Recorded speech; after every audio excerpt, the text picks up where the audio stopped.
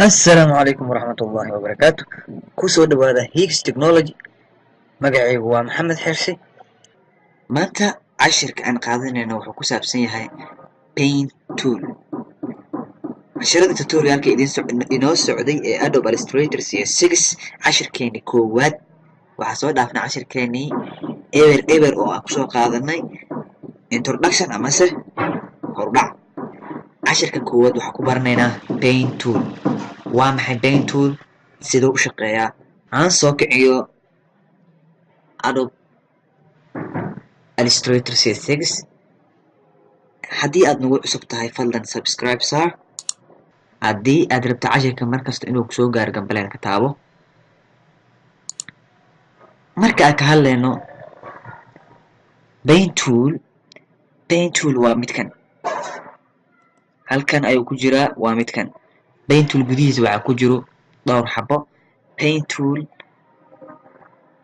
add acroach paint tool, delete acroach iyo corner. kan koowaad shortcutkiisa waa P for pen. kan labaad waxaa taabanaysaa keyboardkaaga shortcutkiisa plus way. midka saddexaad waxaa taabanaysaa minuska. midka afraadna control plus shift plus C. okay, aan kasoo gudubno. dhowr waxaa lagu sharaxaa marka loo fiiriyo paint toolka. paint toolka inaad u isticmaalaysid straight line iyo inaad u isticmaalaysid curve. straight lineka ka bilaawno. hadda waxaa ujeedaan straight line inuu yahay kan angalaa suubsan, laakiin lineka waa straight line. sidoo kale kan waa straight line triangle. kan waa straight line all angalo weeyaan.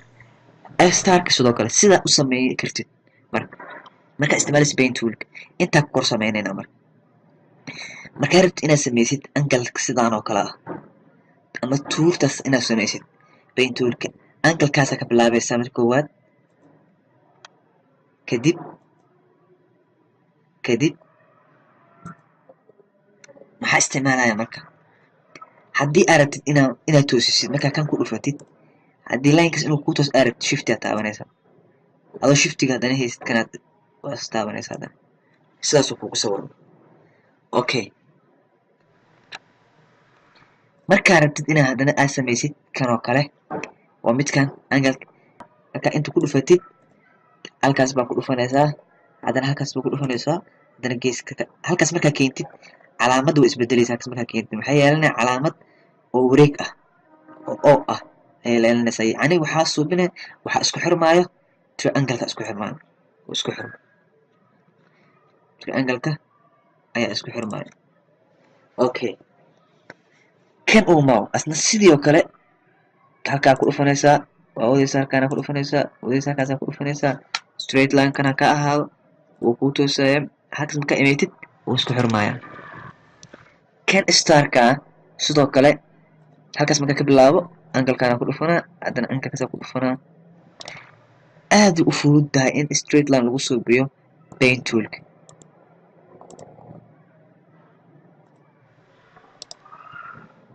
kadib saasaa iskugu xiraysaa. straight line paint tool sidaan loogu sameeya. haddaa mid toos caadi aa rabtid dhag ilaa inta. haddaa mid kale rabtid dhag inta. straight line meesha rabtaa geenaysaa. straight line ma garanaysaa? straight line marka muhiim. straight lineka aad u fududahay marka la joogo Illustrator. straight lineka sidaasaa loo sameeyaa. wax kale kaama baahno.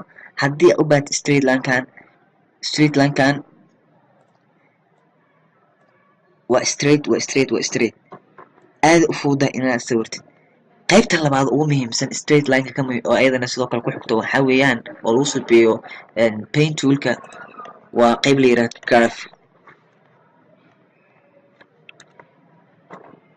yiraahdo curve. curveskan iyada trig yaray u baahan tahay inaad fahamtid. haddaad trigas ku fahantid waad kaga faxsanaysaa. waa gartay. haddaan rabo inaan half circle aan sameeyo, half circle sidaan oo kale haddaan sameeyo inaan rabo, maxaa sameynaya? kowda hore meesha circle-ka uu ka bilaabanayo waa ku dhufanaysaa, straight line markaa ku dhufatid adigoo haysid aa shift qabanaysaa si uu kugu tooso kadibna hoos u degaysaa til haddaa rabtid inta markaa joogtid kora u degaysaa marka dhinaca aragtida geyn kartaa haddii graafkaaga aragtid dhinaca u socod dhinaca u socon hadduu graafkaaga inuu kor u socdo aragtid kora u soconaysaa ilaa qiyaasas markaa geysid waa ka fuuqaysaa shiftigana waa ka fuuqaysaa kiligadana waa ka fuuqaysaa angalka kale aragtid inuu kasoo jeestaa tegaysaa keligaa ku sameynaysaa shiftaa la qabanaysaa si straight line oo kugu noqdo hoose u jiidaysaa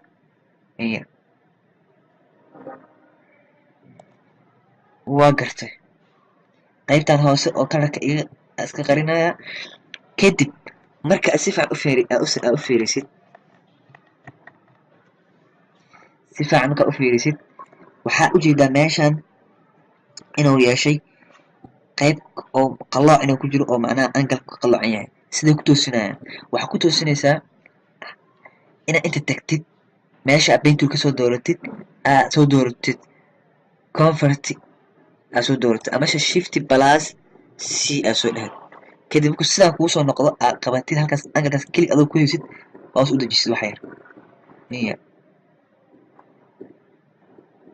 in yar hoos u dejisid sidaas oo kugu socdo oo kugu saxmaya marka okay kan waa garan ama mar kale kugu celiyo marka koowaad angalka meesha ka bilaabanaya ku dhufsanaysaa kadib kora aadaysaa meesha arabtid inuu graafka aado aadinaysaa kadib straight linekiisa tegaysaa meesha ku toosan waa ku dhufanaysaa hoose aadaysaa si isla eg ayaa ku sameynaysaa haddii aad aragto in inta uu ka qaloocan yahay waa toosinaysaa sidoo kale adoo inta aadin oo soo dooranin graafka waxaa suubin kartaa intaa imaanaysaa markaa imaatid waxaa qabanaysaa altaa qabanaysaa okay waxaa iyada muhiim ah marka aad isticmaalnay ama straight line ha ahaato ama graph ha ahaato markaa wax sawirtay inta sidoo kuu sheegay waxaa ku jirto ilaa 4 tool hadda kan iyo kan waa isticmaalnay kan markii aad wax saas ugu sawirtid oo kale oo u baahatid in point kale aad subisid ama wax kale aad ku samaysid kuwaa isticmaalay kuwaan maxaa ku isticmaali kartaa inaad plus keyboard isticmaashid ama kana waa maynaysa kana waxaa sheegnay shift plus c okay kan kuwaad saameyntiis aan fiirino aan kili ku siino saameyntiisa rabnaa inaan ogaano kan uu maaw saameyntiisa bal fiiri calaamad balaasoo wataa haddaad ujeediin calaamad balaasoo wataa kilig markaa ku suubisid bointi kalaa suubsamaayo marka koowaad point iyo point uu leeyahay labadaas point haddaa meel kale ku dhufto point saddexaad u suubsamaayo pointigaas marka waa la jiidi karaa maxaa ku jiidaa pointigaas waxaa ku jiidaa kii ahaa kana ku jiidaa shift plus c convertigaas ku jiidaa pointiga saasaa ugu jiidi karaa meeshaa rabaa wadaa haddii aan rabo waxaa isticmaalayaa move toolkan direct selectionkan ayaa isticmaalayaa saasaa ugu jiidaa magarad haddii aan rabo marka pointigan aan meesha keenay inaan ka bixiyo waxaa isticmaalaa minuskiisa isticmaalaa kii minuska keena waa ka bixina saasna waa loo isticmaalaa kuwa meeshaan ku jira ayagana kaa waa kaas marka aan rabo marka graph isku dhegan oo ah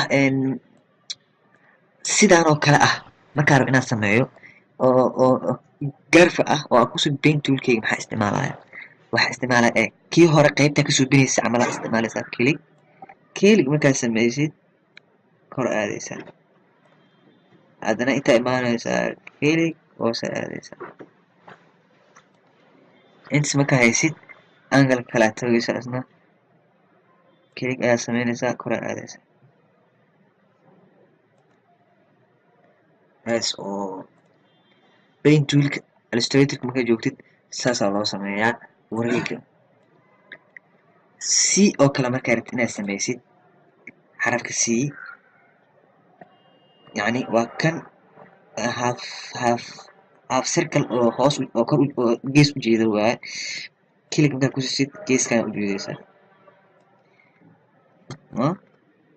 click markaad ku jeedid bidaxa u jeedaysaa meesha aragtid kadib meesha ku aadan angalka ku aadan imaanaysaa keligaa siinaysaa cagsigiisa u jeedaysaa meesha marka hore u jeeda cagsigiisa kadib maxaa kuu samaysmay xarf c aa kuu samaysmay saasaa loo isticmaalaa paint tool waxyaabaad badanaa loo isticmaalaa waxaa ka mid ah in lagu suubiyo magaranaysaa shaybabka xayawaanadoo kale oo lagu sawiri karaa wax walbaa lagu sawiri karaa laakiin paint tool halkaasaa ku ekeenaynaa maanta waxaa ku qaadanay straight lines aa qaadanay waxaa kaloo qaadanay garfs aa qaadanay ayagana garf ayagana qaadanay labadaasaa ku koobaynaa paint tool muhiimadiisa intaasaa ugu muhiimsan haddii cashirkan ku caawiyey waxaa waaye subscribe-ka ha iloobin like saar sharena nagu caawo waa mahadsan tahay kusoo dhawaada mar kale